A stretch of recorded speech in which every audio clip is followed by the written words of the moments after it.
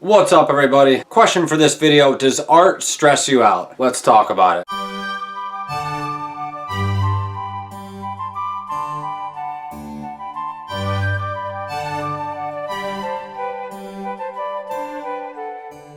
What's up, everybody? Welcome back to Andrew Marlowe Art Channel. Thank you so much for joining us today. I'm glad you guys enjoyed the color mixing video we did last video, however long ago it was. So we're working on this painting behind me, and I just kind of wanted to open up the dialogue about getting stressed out about your art, because on this painting I'm not stressed out at all. I don't know if you can tell that, but sometimes I do get stressed out when I'm painting or drawing. Now, why do artists get stressed out when they're trying to create art? Why does any creative person seem to get stressed out when they're, in the act of being creative, which is supposed to be non-stressful? The reason we get stressful is because we hold ourselves to a standard that's too high, and we hold ourselves to all the other artists, the standards of other artists that we admire, other musicians, other content creators, whatever the case is. We're always overthinking the artistic process, and I don't have the full answer for why it is that artists do that, but I think it basically boils down to the idea that we want to be good. We want to be good artists. We want our art to be easy, and when it's not easy, therein lies the problem, because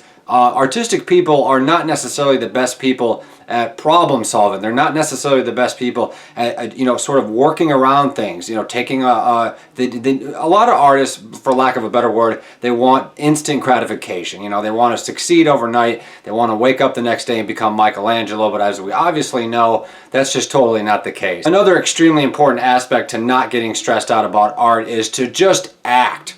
A lot of people sit around. I do this all the time myself, guys and gals. I sit around stressing about it. I sit around thinking about it. When should I start this painting? Should I start this other painting? Should I practice drawing more before I pick up the paintbrush? Should I practice painting before I go back to drawing? Should I work on anatomy? Should I work on perspective? Should I work on color mixing? Should I work on shading? What the heck, are you supposed to concentrate on as an artist? That's another problem with being a creative person, is that you're constantly bombarded with wanting to improve. But with the act of improving, you have to hone in on what you're passionate about. Obviously, being an artist, you want to be as well-rounded as possible. You want to focus on color mixing. You want to focus on perspective. You want to focus on shading. You want to focus on anatomy. You want to focus on drawing. You want to focus on all of that stuff, but you can't do all of that at once. You have to do one thing. Like for me, I get up in the morning, usually 4 to 5 times a week. I work on my sketchbook for a couple hours, 2 or 3 hours, however much time I have that day. And then usually at night I'll work on my paintings, or sometimes I'll reverse the process. I'll work on my paintings in the morning and I'll draw at night, or sometimes I just get bored with drawing and I just want to paint, and then sometimes I realize that my paintings are suffering because I'm not drawing enough, so I go back to the drawing board. So you don't have to stick, you want to have some type of a schedule when you're, pursuing a creative endeavor, because having a schedule helps you to succeed and helps you to sort of get things done in an efficient manner. But if you're like me and you go to college and you're also work 40 hours a week, it's hard to stick to I don't want to say it's hard to stick to a consistent schedule, but it's hard to stick to the same schedule. But you should still be consistent with your art, even though you're not necessarily working on your art at the same time every day. Now, I actually just got through a really bad creative block, and I wasn't drawing or painting or doing anything for about 2 weeks. The semester had just ended. I was working on some paintings, but I wasn't really just getting in the dirt and just concentrating and getting better, focusing on my drawing, which is what every artist should be doing.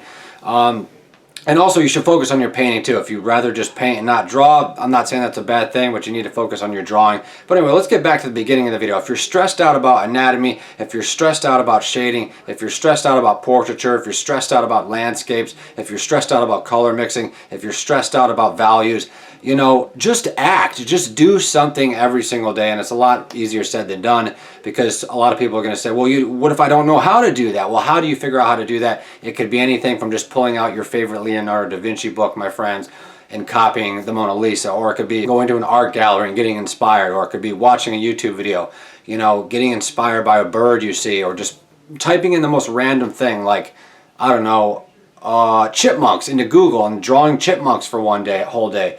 Focus on something and get better at it and just act on it. But don't sit around getting stressed out about it. Don't sit around thinking, oh, I should have went to art school. Oh, I should have done this. I should practice more. The more you sit around and thinking about the artistic process, the less artistic process processes, I guess you could say, you're going to be engaging in. And I do that all the time.